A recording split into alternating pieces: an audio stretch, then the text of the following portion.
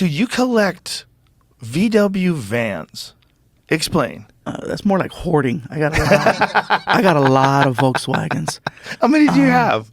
I don't want to sound like a douche, but I lost count. It's over 20. You have more than 20 Volkswagens? But why them?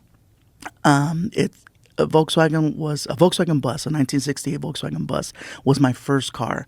And for some reason, once I started talking to Jay, Leno, he showed me his collection, and he started telling me about investing money and being able to enjoy your investment. And so I had gotten my ex-girlfriend her first car back, and then his guys helped me get my first car back, which was a bus. And they said, well, if there's anything else you want, let me know. And I go, well, if you come across another one of these, let me know. They called me 3 days later. We got one. And I said, well, I'll take it. And it just kept going. And the reason why is it's such a cool, iconic car. It's like there's some guys that collect nothing but Porsches. And with a bus, no one's looking at you like, oh, my God, look at another Porsche. But with buses, it's a fun bus. It's a cool car. And I wanted to be known as the Volkswagen bus guy. Look at all your buses. That's so crazy. I started collecting them about 10 years ago. So do you buy them in this condition, or do you have them refurbished? No. Well, in the beginning, I would try to buy them as in as good as condition as possible. But then I met some people that do some amazing work. There's a friend of mine named Henry Marcheno who does all the restorations, and he will take a bus that's all rusted out and completely just in shambles, and he'll make a Picasso. He'll make a work of art. These buses are just, people come in and they see them. I mean, they light up. They light up, and so you got some other cars in there too, though. I do. What is that? Is that a 356? The one to the right? Oh, that's another VW. I can't see. What else do you have there? Well, I no longer have the bugs. I only have one bug now. But it's mostly buses. Mostly buses and one bug. That's one it? Bug. So it's all Volkswagens. Well, from what you see right there. I do have muscle cars. I got a... That's what I'm talking about. Okay. Let me see. I have two 69 Chevelles. I have one that's a Resto Mod and one that's all original. I have two Camaros. I have one that's a Resto Mod of 69 and another 69 that's all original. So I got one and one. I got a 1964. Yeah, there it is. I have a 1964 Impala that's actually stock. So I didn't lowrider it out because everybody thought I was going to do that. That's a beautiful year. That 69. Yeah. 69 Chevelles are gorgeous. Look at that.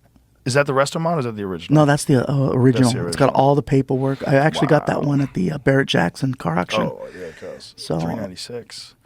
That's the same one from John Wick. And then no, he has a 70. I have a black Chevelle that I call Cocaine Bear because, man, that thing is just obnoxious. It is loud. It's powerful. It rattles. The whole neighborhood hears it. That's and when 69 too? Yeah. Yeah. Yeah, it's badass. So, I mean, it's not that I'm just strictly Volkswagens, I get but it. that's how it started. And the beauty of it is I have people that are constantly sending me pictures. Hey, my friend is selling this. My friend is selling that. So what is that? That is a Camaro that they converted into a Firebird? Is that what it is? I no longer have that one, but I do have a 1979 Trans Am. Oh, the real one. The real one, yeah. This one's there's a company called Trans Am Depot in Florida, and they will take a Camaro and then they'll turn it into a Trans Am. And it has the Pontiac logo and everything, huh? Yeah. No, that's the one I still have right there. It's blue. It's beautiful. Oh, wow. Look at that pretty thing. Trans Ams are gorgeous. It's long, too. The whole hood is really, really long. Does anybody ever make a Trans Am that is like a really solid driving car, though? Has anybody done like a wild Resto Mod with like a custom chassis? I mean, they must have. I've never driven one or seen one, and all the Trans Ams I've been in have always been manual. No, I mean stock. I mean, whether or not they change the suspension.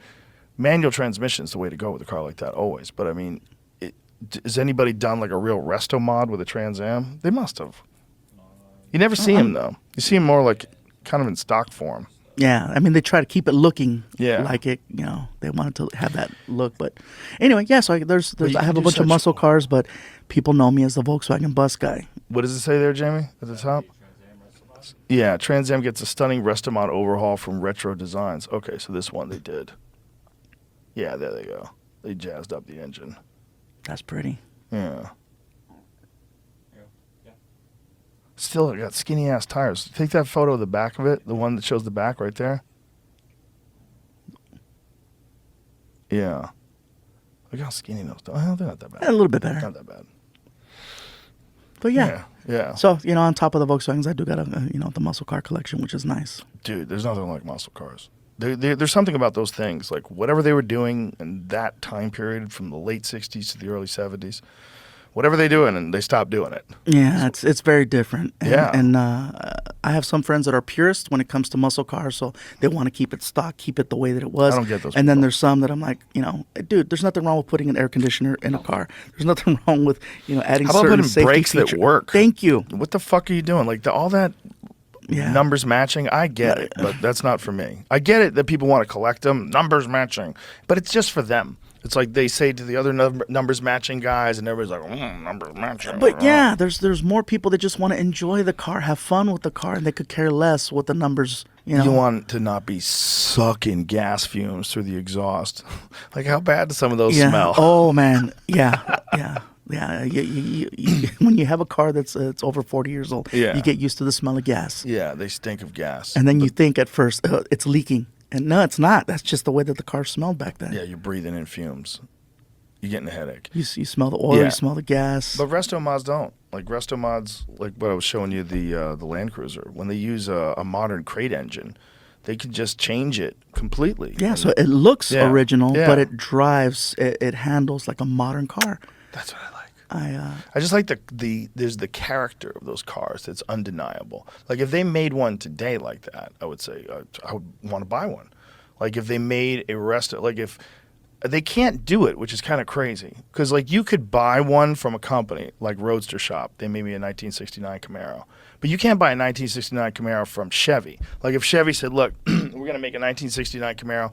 It's not gonna have any airbags. It's gonna have disc brakes, but like 6-piston disc brakes, and we're gonna do a modernized suspension. But it's going to be a 1969 Camaro. But it's gonna be a 1969 Camaro with a 2023 Camaro engine."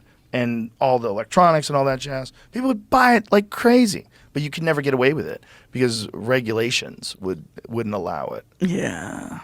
And then living in California, all these, man, how hard it is with the... Getting smogged. Yeah, so all my Yeah. cars are 1974 and below, Yeah. just because I don't want a deal. Yeah. That's good. I don't want a deal. Yeah. Yeah. Isn't that funny? Like as long as they're old, they can just pollute like crazy. Yeah,